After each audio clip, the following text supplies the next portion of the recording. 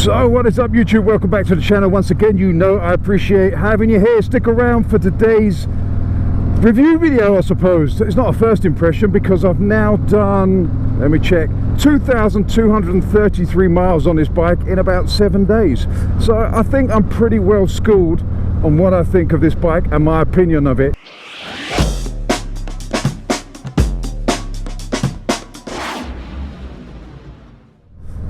Because I've been over here in the USA for 2 weeks, and the last week I've done a little bit of a road trip on this. In the last, I suppose, about 9 days I've been to 4 different states, and as I said, I've done about 2,000 miles. So I'm going to give you my opinion on this bike. Remember, they are just my opinions. I'm not a journalist. I'm just a bloke that rides bikes and likes riding bikes. For specifications, Google it. I believe this is a 2017 Harley Davidson Street Glide.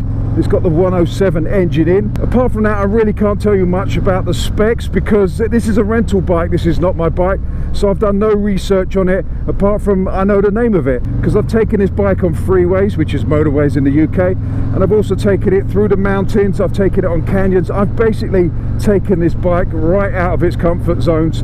So I want to let you guys know how we got on, how we gelled, because the last video I did on Harley Davidson, I think it was the Electra Glide. It wasn't a review, but I was given it and I hated that bike. I thought it was one of the worst bikes I've ever ridden, and I'm going to stick to that. I don't care what you say in the comment section. I'm going to stick to the Electra Glide is one of the worst bikes I've ever ridden. Right, so this bike, let me start with the ergonomics. I am 6'2", 16 stone, quite wide in the shoulder, long in the legs. You know how it goes. For those of you that don't know what those measurements or weights are, I'll put them on the screen. Right, so ergonomically, do you know what? It's pretty good. It's pretty good on the go. My feet have got enough room, my arms have got enough room. I feel really comfortable. In essence, this is a really comfortable bike. I mean, it is designed for touring, so it should be. But what I've done is I've taken the rear, I've got to look forward as well, you know. I've taken the rear hill shift off because that to me is one of the worst ideas I've ever seen on a motorcycle. I know people like it because they could just click with their heel to go up and then use their toe to go down. But what that means is you can't use the footboard. Your foot is wedged between the two shifts. So I took that off just to give me a little bit more play in the leg room. That makes it more comfortable on long distance. This bike also has these engine bars, which means I can put my feet up like this if I want to, and I can put my feet like this if I want to. And also I use the rear foot pegs, so when I want to stretch, I put it there and it just stretches the thigh out. So for long distance touring, this bike is pretty good comfort wise. Actually, it's very, very good comfort wise. What lets this bike down for me comfort wise while doing a long distance is this ridiculously stupid screen. It doesn't do anything apart from create turbulence. The turbulence around my helmet is unreal. I've tried it with the peak on, with the peak off, and actually with the peak on it makes it more stable. But if I get up to about 70-80 miles an hour, the turbulence is so bad I can't even see really.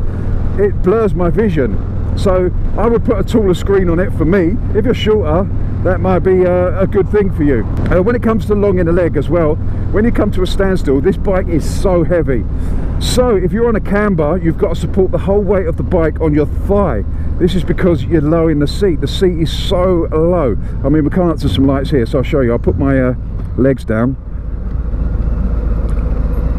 And you can see how low my legs are. So if the bike's leaning, that is completely on my thigh muscle. Whereas if you're taller, you support it with the whole leg. It's much easier to support. So bear that in mind. Go down the gym, work your legs, and this bike's fine. Right, the dash area. You've got a fuel gauge, you've got your speedometer, you've got your rev counter, and you've got your voltage. You've also got various little lights in there, engine temperature. There's a P there for parking. I don't know what that means, but is there a parking brake on here? I don't know. It's got a P on there.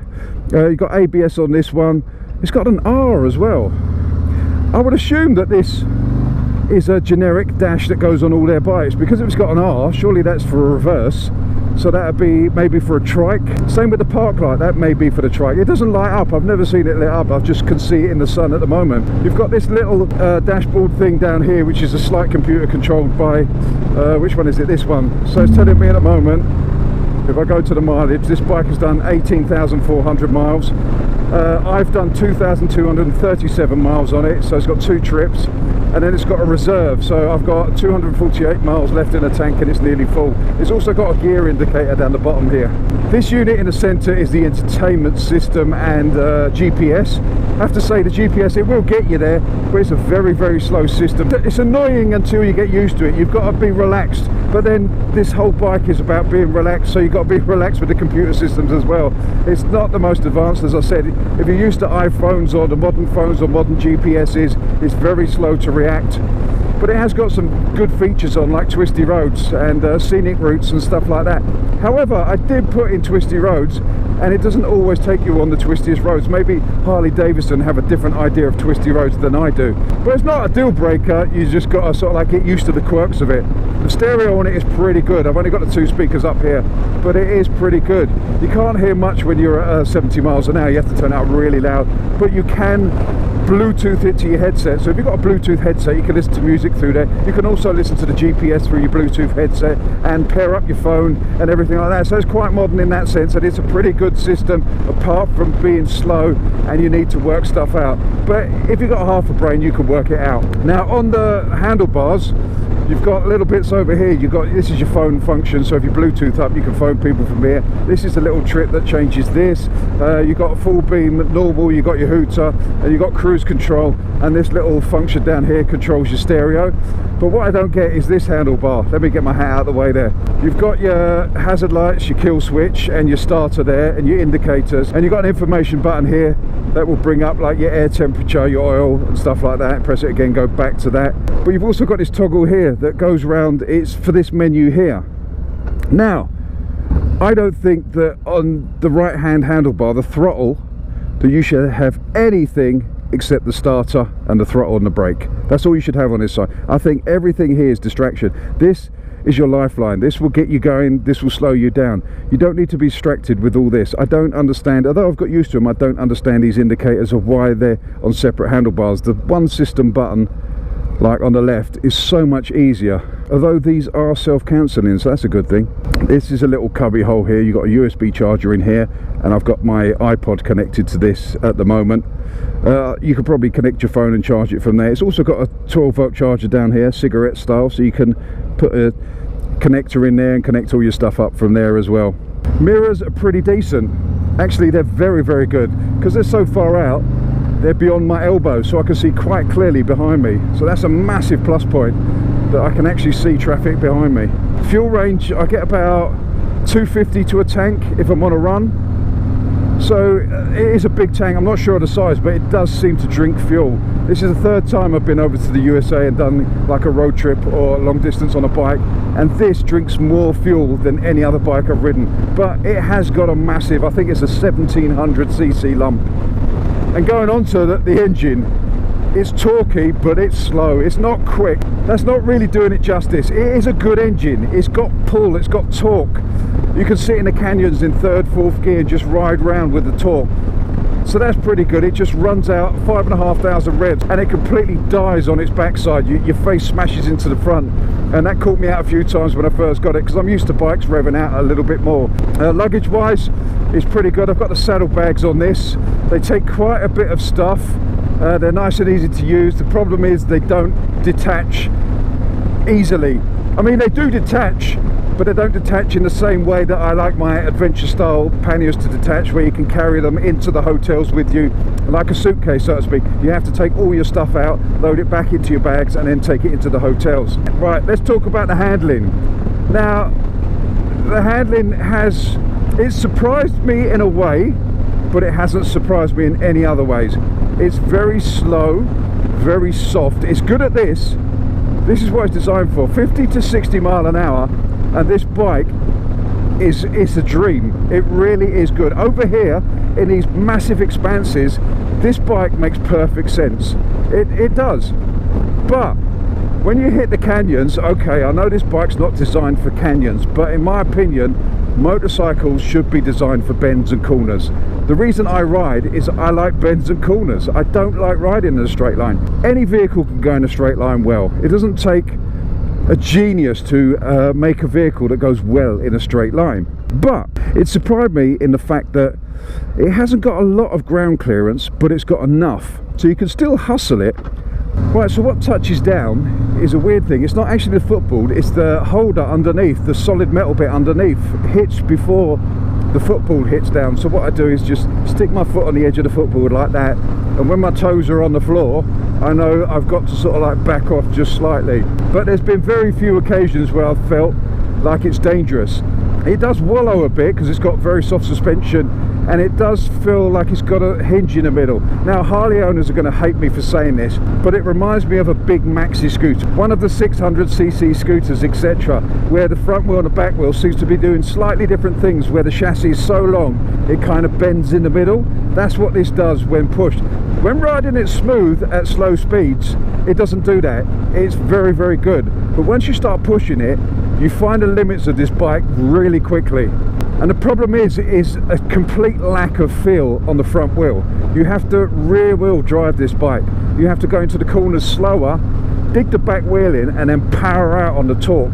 If you're going in heavy, relying on the front brake to control it and then dive into the bend, you're going to end up in trouble because you can't really feel it. It doesn't give you any feedback through the bars, through the way the bike's handling as to what's going to happen. You always feel like you're slightly out of control, especially when you go downhill. When you're coming down the mountains, I've got about half the confidence I have of when I'm going up the mountains. Suspension on the front is pretty good. It soaks up the bumps and the little potholes quite nicely. The rear though, I don't know if it's because this one's a rental and it's been slightly abused, but I've got a bit of luggage on here now, but it crashes.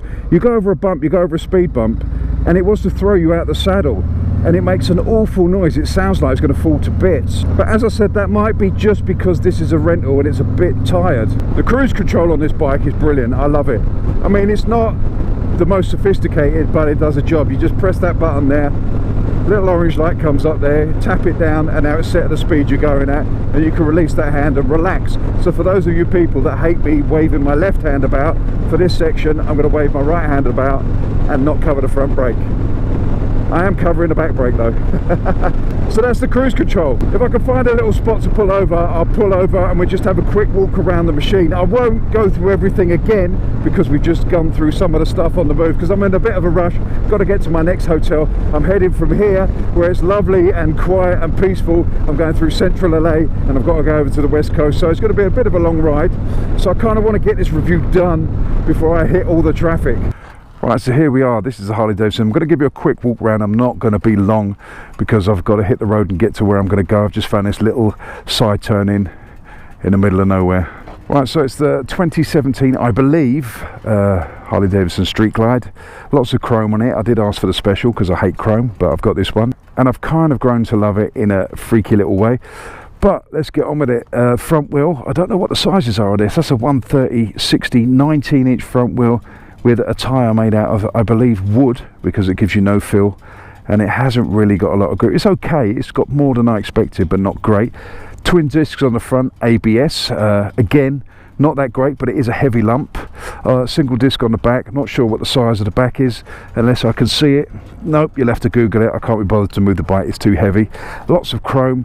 I think that's the airbox, a 6-speed gearbox. These footboards are nice, so you can move your feet backwards and forwards. As I said, put your feet up there. That's the back brake. It's like a car pedal. Rear foot pegs just fold out and they're pretty solid. But if you are a rear passenger, I've noticed you get a hell of a lot of heat around here. If I put my feet on here just to relax on the freeway stroke motorway, then my legs burn. The heat that comes off this engine is unreal because it's air cooled. I think it's 1700cc, not entirely sure. Tank is huge, but it does drink a bit of gas, petrol. See what I'm doing here? I'm catering for both sides of the pond. Saddlebags, I'm not going to open them because all my shit's in there basically. Not my shit, I haven't shat in there. My stuff's in there. They take quite a lot of stuff and they're pretty handy. They are top opening, which I like. I don't like side opening cases, so you can pile your stuff in there. This one's got a rack, so I can pile all my stuff on there, and it takes this stuff really well. If you want any specifications on it, Google it. I should just give you a little bit of a walk round. Now this is probably the reason it drinks so much fuel. I would say that's not the most aerodynamic thing I've ever seen in my life. Mind you, the whole bike's not aerodynamic. It's not designed for that, is it? It's designed for plodding around. Oh, and it comes with a free cowbell. I mean, what other bike comes with a free cowbell? But there you go, that's a quick walk round. That's what I've been riding for the last 2,000 miles. This is my opinion on it. You might like it, you might not. Leave your comments in the comments section below. But anyway, this is my Harley Davidson Street Glide. Well, not mine, it's mine for the next day and a half, and then I'll take it back. Oh, and another thing, look at this.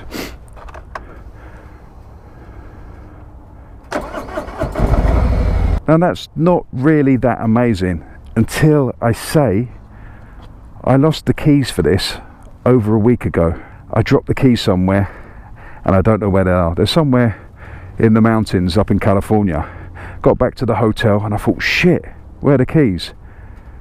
Yet I could still turn the bike on.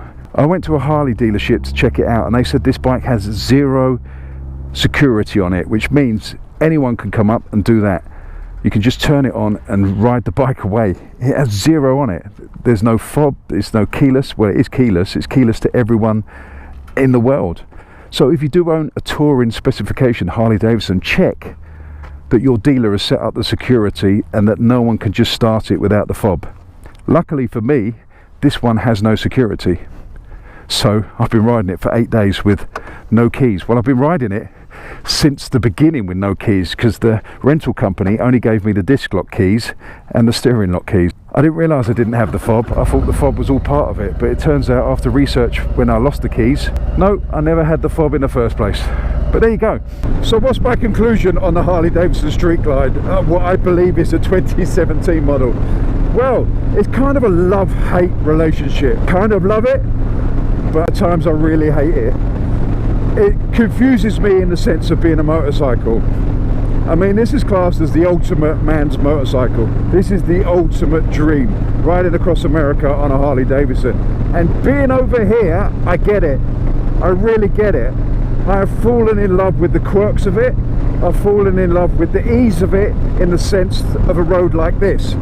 However, on other times I hate it. Through traffic, this thing is appalling. It's so badly balanced. You've got to have confidence to push it through traffic. At slow speeds, it's a bit wobbly, so you've got to be a bit careful of that. And if you're doing turns in the road, U-turns, really think about it before you commit to it. And if you was to go off the road here into the gravel, it's going to sink. It is so heavy.